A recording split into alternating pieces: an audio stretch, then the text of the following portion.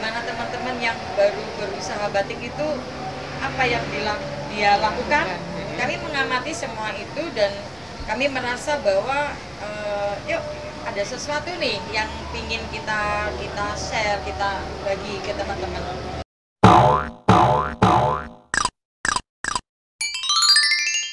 Oke, assalamualaikum warahmatullahi wabarakatuh. Salam sejahtera bagi kita semuanya. Kembali lagi di Fahri Muhammad Channel.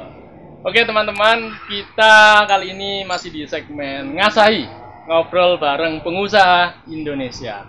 Kali ini kita kembali mengulas tentang batik. Nah, kali ini kita mengulasnya bersama para pengurus Yayasan Pengembangan Batik Reksa Natura Indonesia.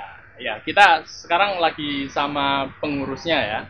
Pengurus intinya ini sangat eksklusif gitu. Sayang sekali kalau dilewatkan gitu ya.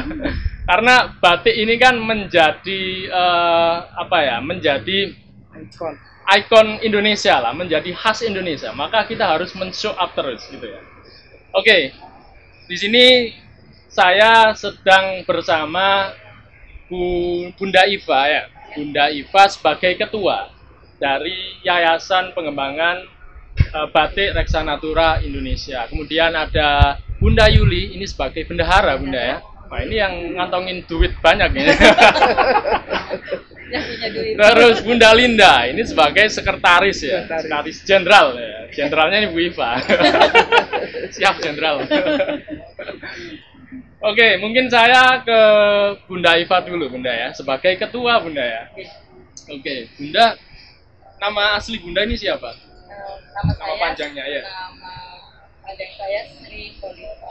Sri Kholifa. Ya. Oke, panggilannya Bunda Iva aja gitu ya. Kerennya Iva. Kerennya Iva. Tapi kalau orang Betawi ya biasanya itu dipanggilnya IP ya. Ada yang pernah manggil gitu ya? Ada juga. Oke, Bunda Iva ini pengusaha batik juga gitu kan ya. Pengusaha batik sudah dari kapan ya? Ya, saya merintis usaha batik dari mulai tahun 2003. Mulai mempelajari tahun 2002. Dan ya lumayan lah, beberapa waktu yang lalu selain saya sebagai usaha bidang batik, ya, itu juga saya sering berbagi ilmu dengan teman-teman di daerah-daerah lain. Ya harus disaringkan lah ya. Ya betul. Yang waktu itu memang masih seperti eksklusif banget ya batik itu, jadi tidak yang semua orang tahu dan ingin ini, tetapi menyampang ada peraturan gitu ya, harus perda ya, harus ada khasnya. Maka kita pun sudah mulai berbagi dengan baik masyarakat sekitar ataupun di daerah-daerah lain. Oke. Nama usaha batiknya apa Bunda? Kalau yang sekarang saya beri nama Natura Creo. Natura Creo. Creo ya? Creo. Creo pakai C ya? Iya. Natura Creo gitu ya? Oke. Kreasi itu maksudnya. Oke, Bunda Yuli. Ya. Kak Yuli ini juga pengusaha batik ya, secara pribadi ya. Ini sebagai bendahara. Belum sehebat Bunda Iva. Karena saya juga masih belajar dari Bunda. Oke. Iya. Nama usaha batiknya apa? Nama usaha batik saya Awami. Awami. Iya, Awami. Ada kepanjangannya? Awami itu karena saya kebetulan lahirnya di Papua, khususnya daerah Wamena. Kelahiran Papua. Betul. Wow. Awami singkatan An Wamena Meke. Maksudnya saya ini aset orang Wamena. Bangga jadi orang Wamena. Orang Wamena yang paling putih ya. Makanya nggak kelihatan gitu ya. Terus batik-batiknya itu ini semua rata-rata motifnya Wamena. Kebetulan karena saya masih merintis, jadi baru sekitar 3 tahun inilah saya. Kemudian untuk motifnya saya masih universal ya. Oh iya. Cuman ini saya lagi mulai agak ke wamena-wamenaan, mulai belajar juga sama Bunda Iva bagaimana sih cara membuat motif yang supaya bisa ada kedaerahannya, mengangkat daerah itu sendiri. Saya masih belajar sama Bunda juga. saling belajar. Ya, saling belajar. Saling. Mungkin di antara pengurus ini saya yang paling muda dalam Oh, gitu. mulai mendalami batik. Batik ya. Paling muda saya. Paling baru. Produksi juga ke Papua itu. Belum. Masih sekitaran sini aja. Sekitaran sini. Mungkin suatu saat Suatu nanti. saat insya Allah. Mudah-mudahan bisa sampai Melalui ke apalagi Papua. melalui yayasan Melalui besar ini. Yayasan begitu kan ya. Natura, betul. Indonesia. Makanya bersyukur juga digayat oleh Bunda masuk Ya. ke Reksanatura karena lingkupnya Indonesia. Oke. Siapa tahu nanti suatu saat bisa ke daerah tanah kelahiran saya. Oh iya, Gitu. mengatasnamakan Indonesia. Ini Betul. mengatasnamakan Lingkupnya Mas kan Purwo, ya. Indonesia, Lingkupnya betul. Ya. Luas banget. Oke, terima kasih Bunda. Sama-sama. Bunda Linda, Oke. ya. Bunda Linda ini sebagai sekretaris jenderal. Sekretaris jenderal. Bunda, usaha batiknya namanya apa, Bunda? Usaha batik saya namanya Javaleska. Javaleska. Iya. Jawa Blasteran Kalimantan. Oh, gitu. Itu kepanjangannya itu ya? Iya. Javaleska. Jawa Blasteran Kalimantan. Kalimantan. Yang Jawa siapa? Yang Kalimantan siapa, Bunda? Yang Jawa suami saya, yang Kalimantan saya. Oh, Ya, anaknya Javaleska. Oh gitu. Apa anaknya juga namanya Javaleska? Javaleska. Iya beneran. Iya. Nama anaknya. Iya, ada Javaleskanya. Oh gitu. Berarti nama ini udah dipersiapkan dari sejak Persiapkan. lama ya? Iya. Yang pertama ada Borneo-nya, Berta Berlian Borneo. Yang kedua Januar Javaleska. Tapi lahirnya di Di Pasuruan Jawa semua? semua. Jawa semua ya? Sidoarjo. Betul-betul Indonesia ya Mas. Iya, ya? Indonesia. Kalimantan, Wah, Papua, aduh. Jawa. Kalimantan, Papua, Jawa. Luar biasa. Betul-betul Indonesia. Eksklusif sekali nih. Iya. Oke, udah semenjak kapan ini, Bunda Linda? Saya mengenal batik itu dari Bunda Iva. Masternya. Iya, masternya pokoknya tuh dari sini. Kalau nggak bisa diajari itu rugi. Gitu. Itu ya. Dia memang mengajari batik itu dengan cara yang memang seperti itu, harus belajar batik. Titik. Nggak pakai macem. Jadi saya menyukai batik itu sejak dari sekolah SMP. Dari SMP. Cuma senang memakai. Tapi tidak mengerti cara orang membuat batik bagaimana. Jadi biar saya di Kalimantan saya suka batik.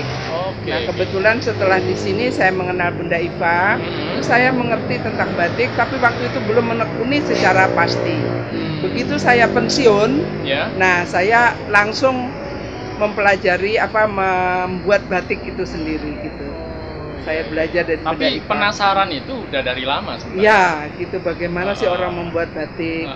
Jadi kalau kita ke Jogja tuh saya melihat orang membuat batik seperti itu. Ah. Tetapi kan hanya lihat gitu aja. Nah, begitu mengenal Bunda Iva, oh ternyata orang membuat batik seperti itu. Saya ikut dan diajari dengan Mantap baik. ini. Nanti Sampai saya Bunda bisa Linda ini iya. influencernya. Iya, iya, Seneng kan? And the best teacher-nya adalah Bunda Iva gitu. Iya. Iya. Wah. Oke, mantap. Oke, kemudian mungkin saya langsung tanya gitu ya tentang yayasan ini. Ya, Yayasan Pengembangan Batik Reksanatura Indonesia. Iya. Oke, mungkin ke ketuanya dulu. iya yang memberi nama Mbak Iva. Iya. Oke. Seperti apa, Bunda Iva? Yayasan ini. Iya. Waktu itu kami kumpul-kumpul sederhana saja Mm-mm. sebenarnya. Kami melihat situasi perkembangan baik itu tentang bagaimana sih masyarakat memahami tentang batik. Heeh. Bagaimana teman-teman yang baru berusaha batik itu apa yang dia lakukan. Kami mengamati semua itu dan kami merasa bahwa yuk ada sesuatu nih yang ingin kita share, kita bagi ke teman-teman. Tanpa bersama saya tidak bisa berbuat apa-apa. Akhirnya kami berkumpul beberapa teman-teman dan terbentuklah yaitu sebuah pandangan yang sama. Kemudian Reksanatura itu ada salah satu dari kebetulan beliau dan jadi pengawas ya, Ya. ada ya, itu memberi pemikiran juga sumbangan bahwa oh ya yang dimau apa, oh ya kita maunya itu kita batik ini ada perkembangan sesuai dengan masanya kan gitu ya. Oke. Kita bukan mau menghapus yang lama, tetapi yuk kita melangkah sesuai perjalanan ke depan. Oke. Baik itu tekniknya, Oh, iya. tentunya kami tidak pernah akan menghilangkan yang namanya batik itu apa sih kan gitu ya. Iya. Tentunya itu syarat-syarat yang mutlak kan kita tahu. Terus menginfluence batik Ya, gitu ya. bagaimana kita bisa menyesuaikan diri batik ini dengan yang namanya sekarang milenial kan gitu ya. Tetapi kami juga ingin bahwa kita tetap bijak. Terlalu banyaknya kita terlalu banyaknya rencana mungkin ya. Kita tidak yang ini sih tidak juga. Tapi bagaimana yuk kita teman-teman bersama-sama caranya menyumbangkan karya kita untuk utamanya untuk lingkungan. Maka muncullah yaitu nama Reksa Natura. Jadi artinya adalah menata kelola alam ini. Jadi Reksa itu menata kelola. Menata kelola. Ya, menata Natura kelola. itu Jadi adalah alam. Ya.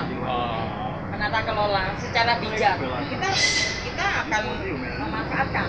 Kita akan berkarya dengan alam kan gitu, menyatu dengan alam ya. Artinya ya seperti itulah. Jadi untuk pengembangannya sendiri banyak dari pengembangan yang sudah saya sampaikan tadi, kemudian pengembangan teknik pewarnaannya mungkin ya kan, pengembangan yang warnanya kalau warna alam zaman dulu kalau mulai tumbuh itu hanya hitam, biru, coklat. Sekarang kita akan lebih variatif, variatif, explore yang lebih ya seperti itulah singkatnya.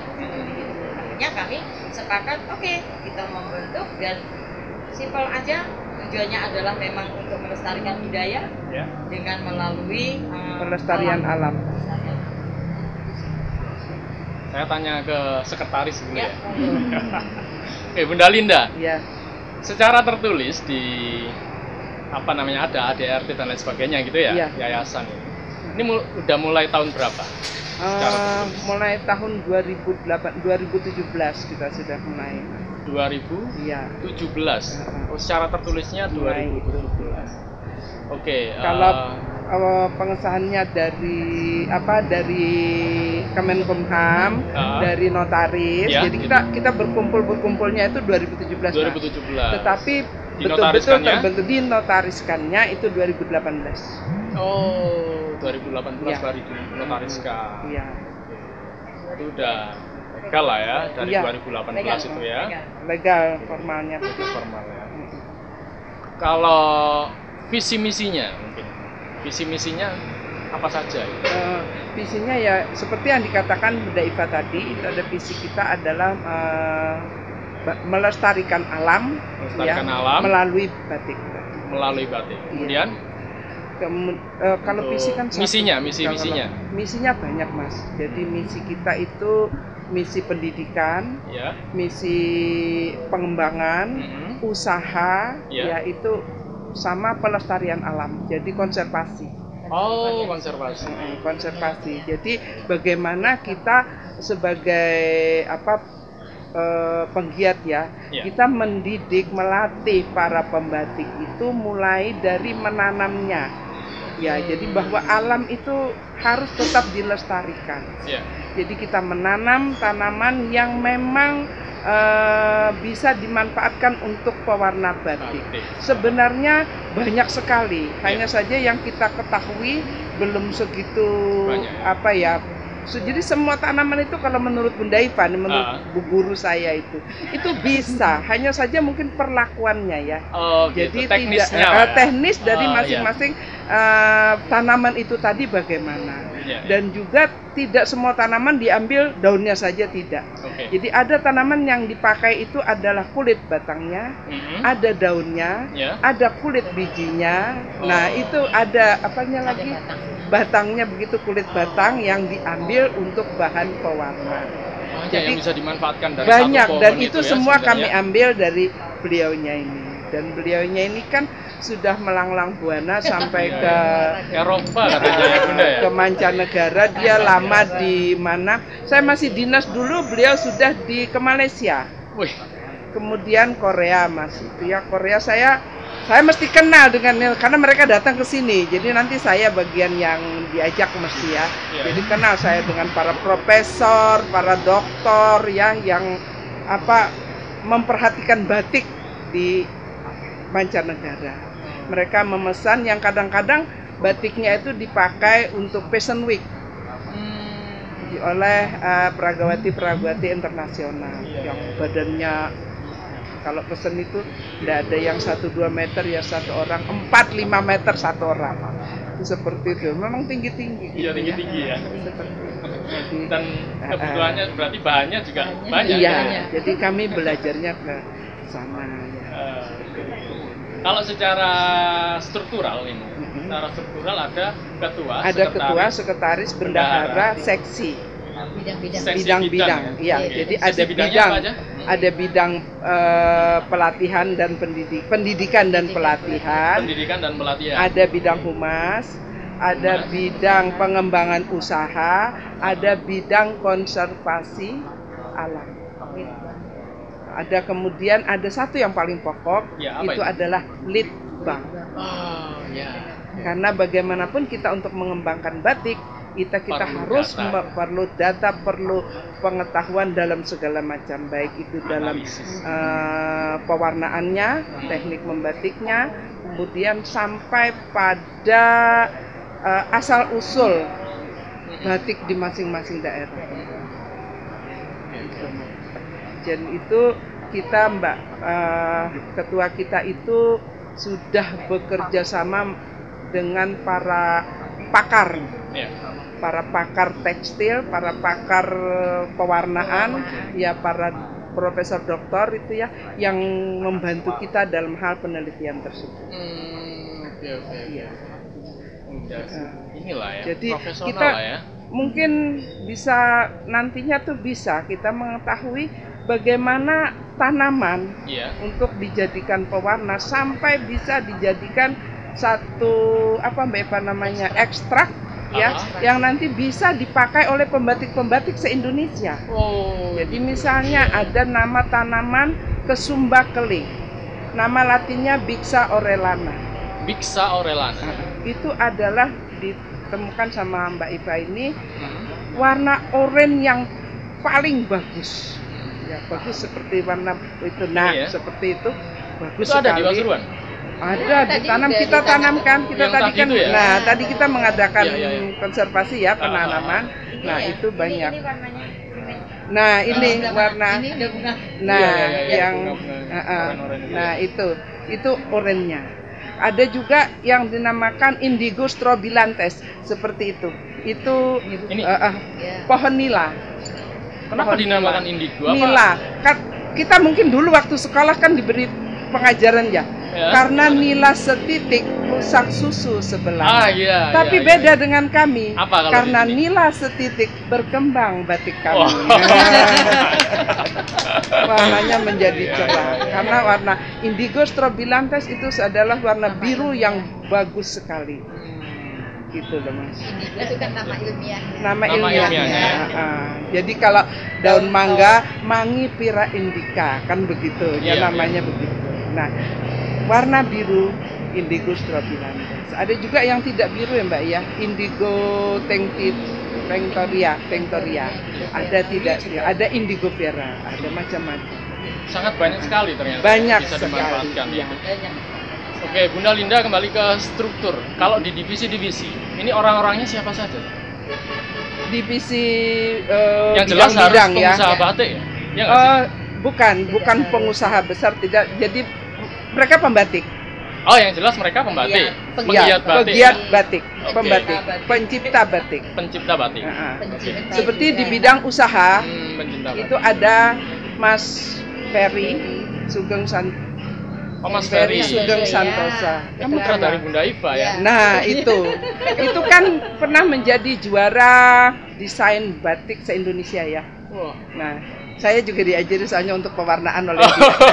Lah, ibunya ke Malaysia, saya nggak ada yang ngajar ya. Saya belajar sama anaknya. Jadi, ya ibunya ya anaknya. Iya, sampai saya datangi ke rumahnya. Iya, saya belajarnya begitu. Nggak peduli, anaknya ibunya sama saja.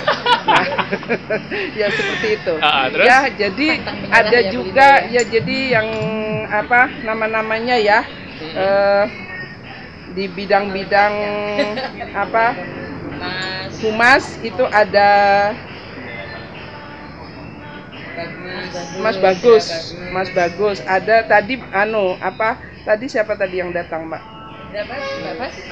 Mas Bagus tadi itu bidang humas. Iya. Anda bidang apa?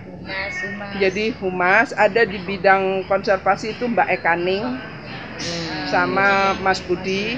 Iya. Kemudian pengusaha bidang usaha itu adalah Mas Ferry. Iya. Kalau Litbang itu Profesor Adi Profesor Kusrianto.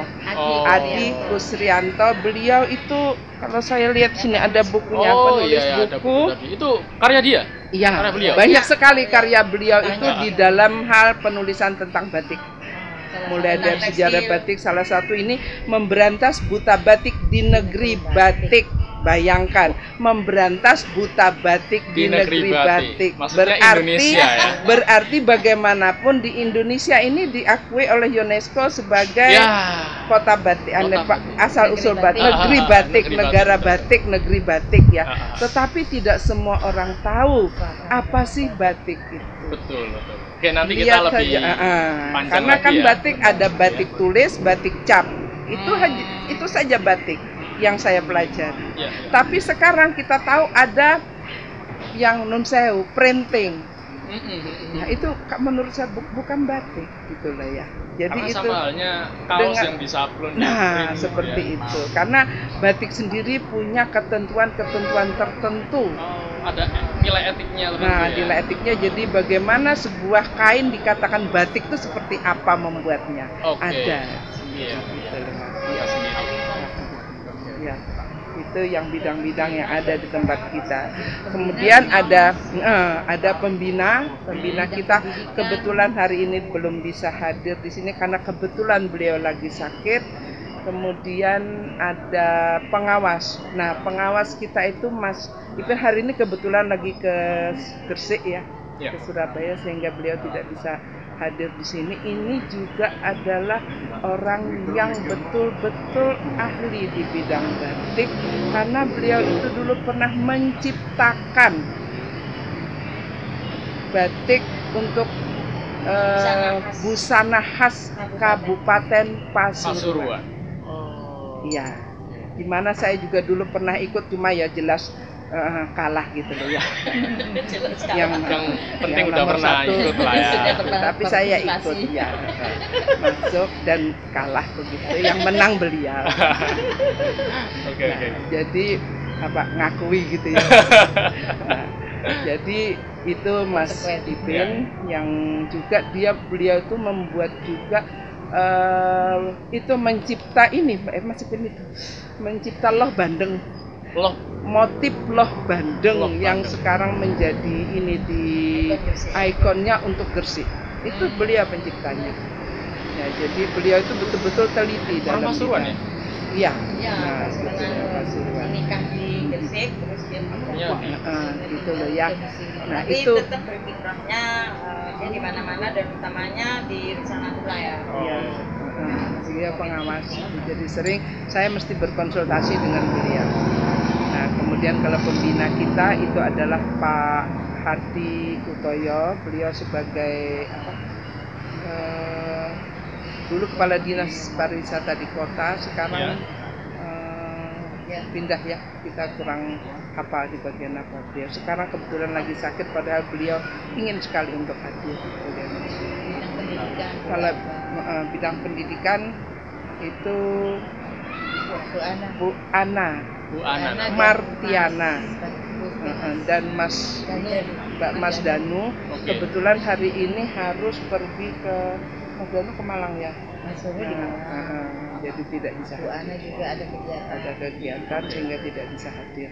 Itu strukturnya ya. Jadi kita pembina, terus pembina, pengawas, ketua, sekretaris, bendahara, kemudian seksi dan bidang tadi.